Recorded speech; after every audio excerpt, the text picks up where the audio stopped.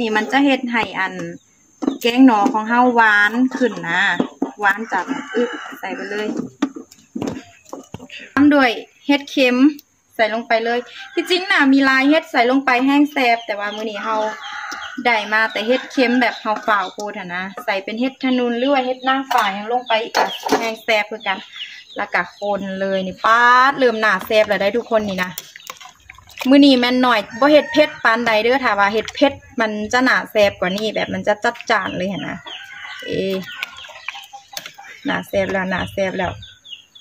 แล้วก็เฮามาปรุงรสเลยทุกคนอันนี้ก็จะมีเกลือแล้วก็ผงนัวใส่ลงไปเลยใส่แค่หน่อยแล้วก็เฮาก็ปรุงไป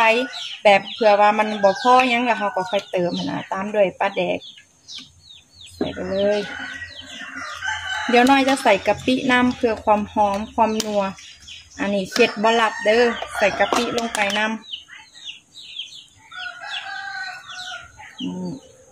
เฮากะจะเอามาใส่กับถ้วยแบบนี้บีให้กะปิเฮามันแตกตัวก่อนแล้วก็จึงใส่ลงไปในหม้อขออภัยในความเล็กน้อยให้เด้อทุกคนเอาตีกะปิแตกๆแบบนี้แล้วก็ใส่ลงไปเลยวิธีนี้จะเฮ็ดให้แกงหน่อของเฮามันหอมแล้วก็นัวกะปิบัดนี้หม้อแกงหน่อของเฮากะปุดเลยทุกคนน่าแซ่บขนาดเดี๋ยวเฮาจะใส่